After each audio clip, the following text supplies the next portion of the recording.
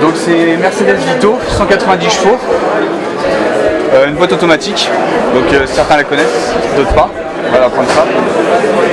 L'aménagement a été entièrement refait, pour nous surtout à Plarmel, parce que c'est pas du tout le même style. Donc on va commencer par le bas. Ici il sera présent le life pack, ici le frigo.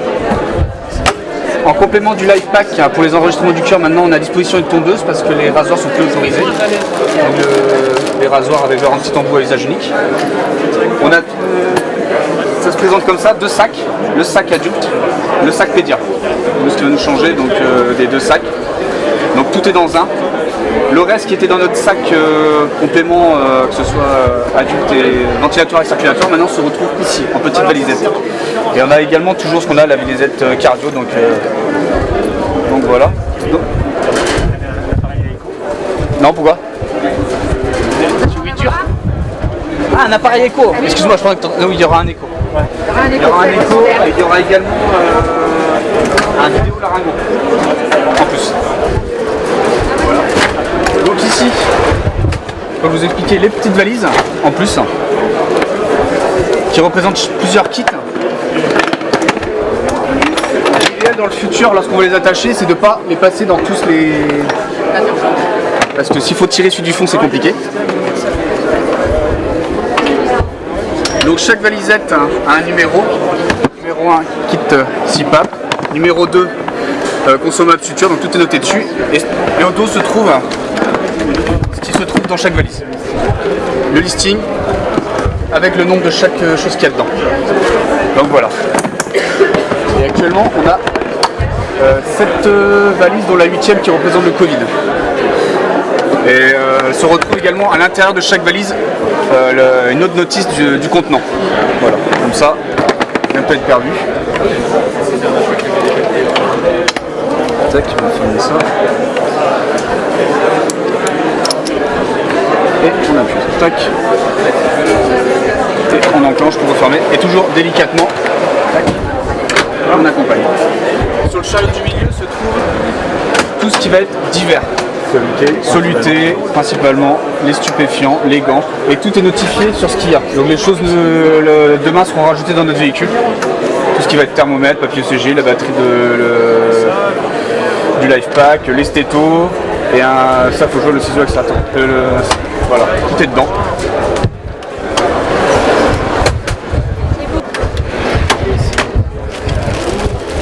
C'est du double. Comme vous connaissez.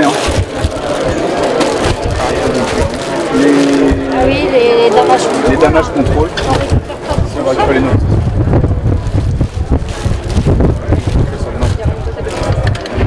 Il y aura 4 pochettes. Ici. Donc on va venir voir ici, ça sera plus simple. Alors il n'est pas totalement encore. Il sera fini d'être équipé demain, donc on a les 4 pouces seringues. Des nouveaux pour nous d'ailleurs. Voilà, tout à fait. Donc pour déclipser, c'est pas compliqué. Un clips et on tire. Tout en faisant attention à la barre évidemment. Tac, voilà.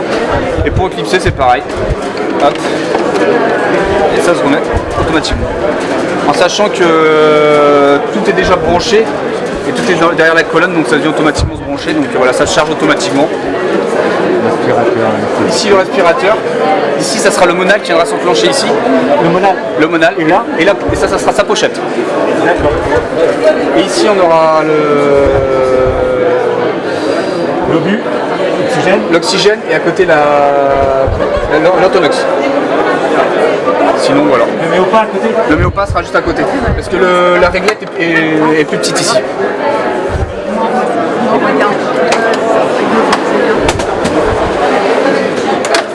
Donc voilà, sur l'intérieur du véhicule. Donc là, un petit coup de frein. Voilà, ça démarre.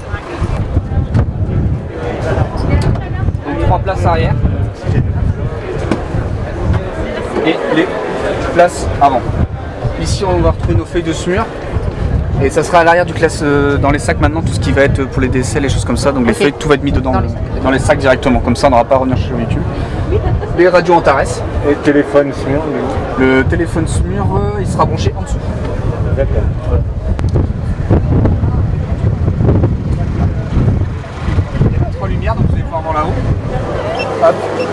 Donc les trois s'enclenchent en même temps. Ok, les trois s'enclenchent en même Ça temps. donne. Ah oui, ok. Et pour la nuit, vous avez juste celui-là à rajouter. Et le deux tons. Et donc là, pour le deux tons, vous avez juste appuyé ici.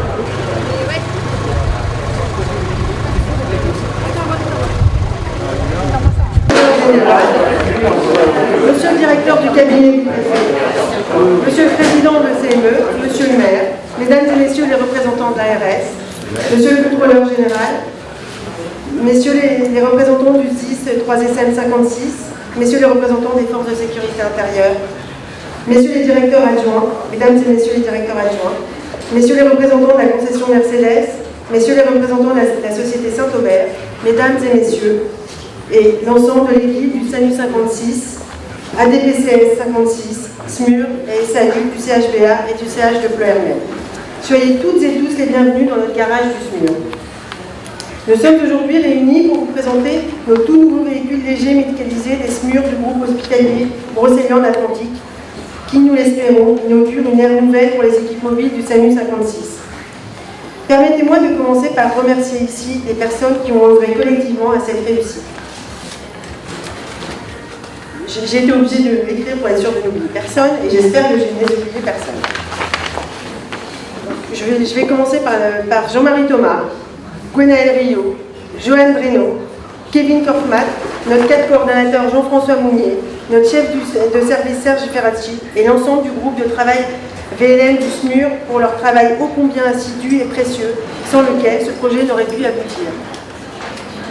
Les sociétés Mercedes et Saint-Aubert pour la qualité de leur collaboration, leur souci du détail, leur détermination à répondre à nos exigences et la patience qu'ils nous ont témoigné tout au long de la conception des véhicules ici présents. Notre direction générale, la direction financière, M. Forest, son directeur, la direction des achats, M. Maréchal et M. Griffon, notre interlocuteur pour ce dossier, la direction des services informatiques, la direction de la communication et l'ensemble des directions qui nous ont fait confiance et ont accepté de nous accompagner et de financer ce bon projet. Et enfin, l'ensemble de nos partenaires quotidiens, sans lesquels l'équipement de ces véhicules n'aurait pas été possible. La pharmacie, le magasin général, M. Stéphane Laure, le service biomédical, Mme Mariette, ingénieur en chef et toute son équipe, les services techniques du CHBA, l'atelier mécanique, l'atelier peinture, l'atelier menuiserie, l'atelier électricité, vrai signalétique, et j'en oublie sûrement. Toutes mes excuses en tout cas si c'est le cas. Ces nouveaux véhicules, outil principal de travail de nos structures mobiles d'urgence et de réanimation, nous permettent donc d'envisager désormais sereinement l'avenir par l'amélioration non seulement de la sécurité de nos conditions de travail, grâce à des véhicules performants et répondant aux dernières normes de sécurité en vigueur, mais aussi de la qualité de travail grâce à un ménagement réfléchi et conçu pour et avec les utilisateurs quotidiens. Et bien entendu, la qualité des soins prodigués à nos concitoyens grâce à des véhicules que l'on peut espérer beaucoup moins souvent en panne, on l'espère, et permettant d'acheminer au plus près du patient l'équipe du SMUR et l'ensemble du matériel nécessaire à des soins de réanimation. Ces véhicules, grâce à la présence de 5 places assises, nous permettront de plus de mieux remplir nos missions d'enseignement au lit du malade par l'accueil de stagiaires toujours plus nombreux. Nous sommes donc ravis de vous les présenter ce jour. Merci à tous pour votre présence et merci également à la société Mercedes et le SIGOM pour l'organisation de cette réception. Je laisse donc la parole à monsieur le directeur. Merci.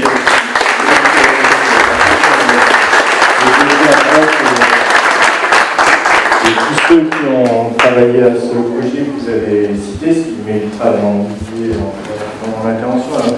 Moi, j'ai parti un peu plus loin pour peut-être redire que vous êtes dans le garage du SMUR, mais vous êtes aussi dans les locaux du SAMU 56. Hein. Il y a parfois, pas pour chacun d'entre vous, mais puisque la presse est présente, une confusion entre SAMU et SMUR. En tout cas, je voulais rappeler, vous comprendrez mieux pourquoi tout à l'heure, que vous êtes aussi dans les locaux du SAMU 56, puisqu'on porte la responsabilité du centre 15 pour toute l'assistance médicale d'urgence, mais on le fait aussi avec la médecine de ville. Toute la régulation libérale est portée ici, et la régulation dentaire depuis quelques temps. J'y reviendrai parce qu'on va partir sur un projet d'ISAS qui est extrêmement important pour l'avenir, et puis j'y reviendrai dans quelques instants. Donc, et on a vu dans la crise crise que le SAMU est souvent en première ligne. Quand il y a crise sanitaire, il y a appel téléphonique. On est monté à plus de 4000 appels, je crois, le premier jour. Donc on est tout de suite très mobilisé. Et c'est à partir du SAMU et des détecteurs de soins, n'oublie pas d'ailleurs, parce qu'on a aussi la médecine de ville et les correspondants SAMU qui interviennent.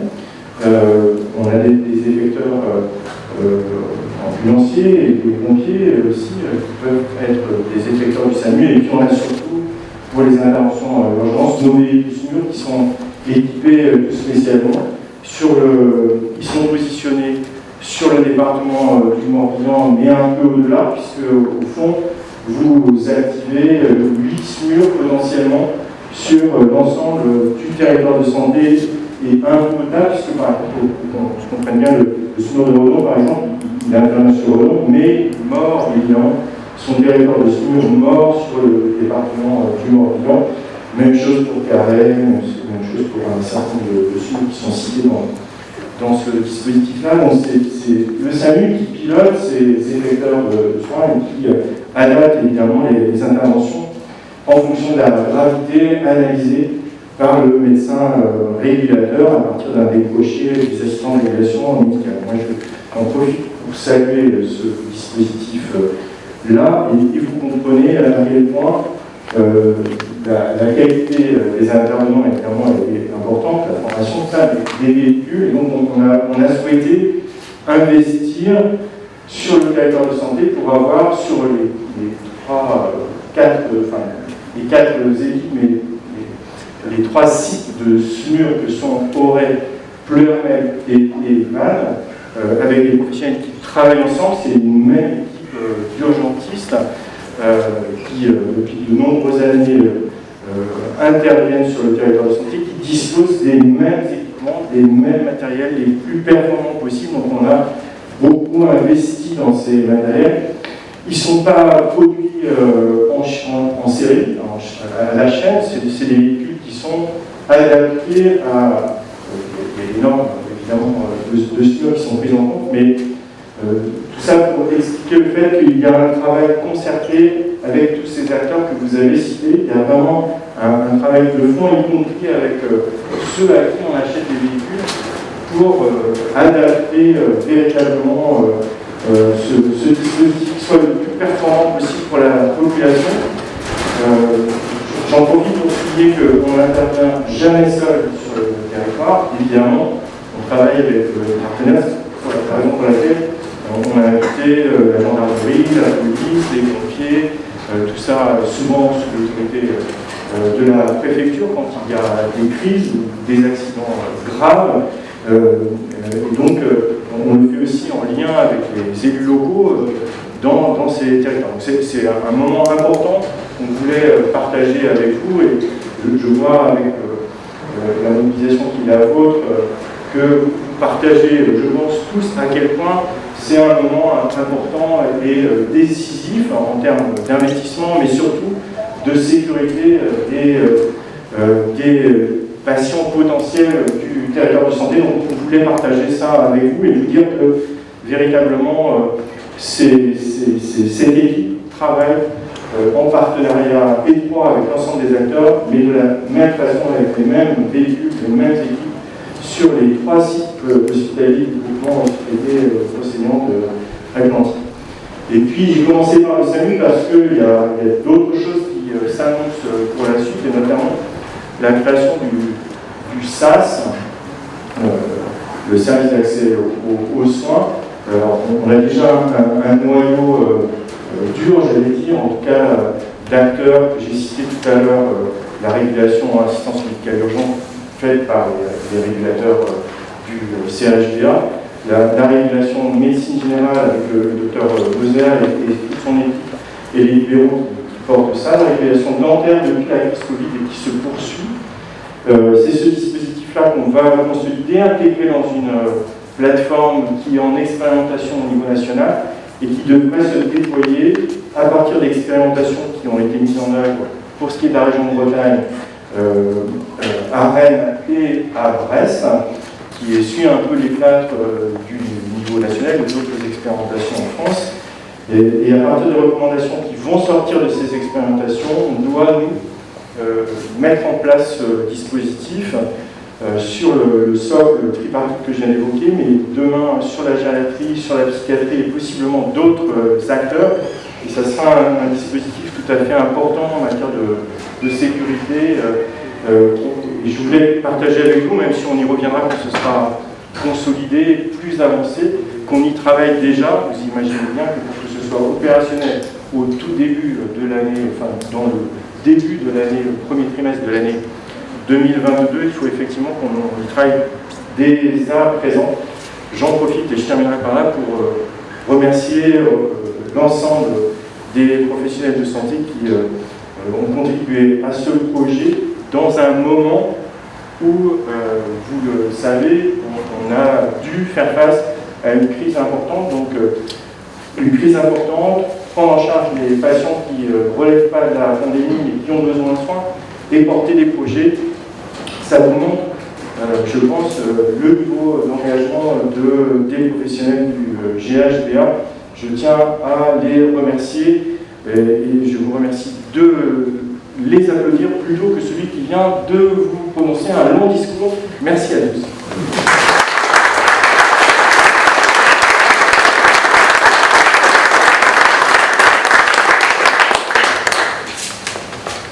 Merci Monsieur le Directeur. Quelques brefs mots rapides pour excuser en premier lieu le préfet du Morbihan. Malheureusement, je ne pouvais pas être présent aujourd'hui et qui s'en désole, mais qui tenait bien évidemment à ce que la préfecture soit représentée. Quelques mots pour reprendre tout ce que vous avez dit de l'importance du rôle du SAMU, absolument essentiel, et des SMUR en particulier. On le voit, nous, effectivement, au niveau de la préfecture régulièrement. Alors j'ai envie de dire pas au quotidien, parce que quand les choses se passent bien, on ne les voit pas. Et c'est peut-être le fond du problème, et souvent les choses se passent bien, la prise en charge des soins se fait de façon extrêmement efficace sur le département. On le voit plutôt en cas de crise, en cas de situation notamment de crise sanitaire, et c'est vrai que la crise sanitaire que nous venons de traverser a mis le SAMU au même titre que d'autres instances, je pense bien évidemment aux pompiers ici présents, à rude épreuve et à forte sollicitation. Alors à cet égard, on dit souvent en citant Jean Bodin qu'il n'y a de richesse que d'or. C'est vrai, et on l'a vu dans cette crise sanitaire notamment, les personnels médicaux, les personnels de santé ont été une ressource essentielle dans la gestion de cette crise. Ils ont été notamment dans les centres de vaccination qu'on a pu mettre en place, dans des structures partagées, une fois encore, avec le monde médical, avec les pompiers, avec les élus locaux, qui nous ont permis d'assurer une gestion efficace de la vaccination. Néanmoins, cette richesse humaine, si elle est essentielle, elle n'est rien s'il n'y a pas les moyens adaptés de l'action. Et on le voit avec cet investissement et ces nouveaux véhicules, qui est un effort extrêmement important qui est consenti pour donner ici à nos professionnels les moyens d'intervenir efficacement, dans des délais rapides, dans des délais maîtrisés, les moyens d'intervenir avec le matériel et les éléments qui leur sont nécessaires. Et c'est vraiment quelque chose sur lequel on ne peut que se réjouir, bien évidemment, en tant que préfecture, de savoir qu'au-delà de ces personnels et de cette ressource humaine, on dispose d'équipements qui sont parfaitement adaptés à ces interventions, et on vous en remercie, Monsieur le Directeur. Merci à vous.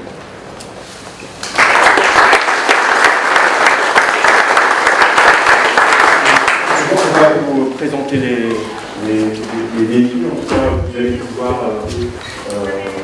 sous la conduite de responsables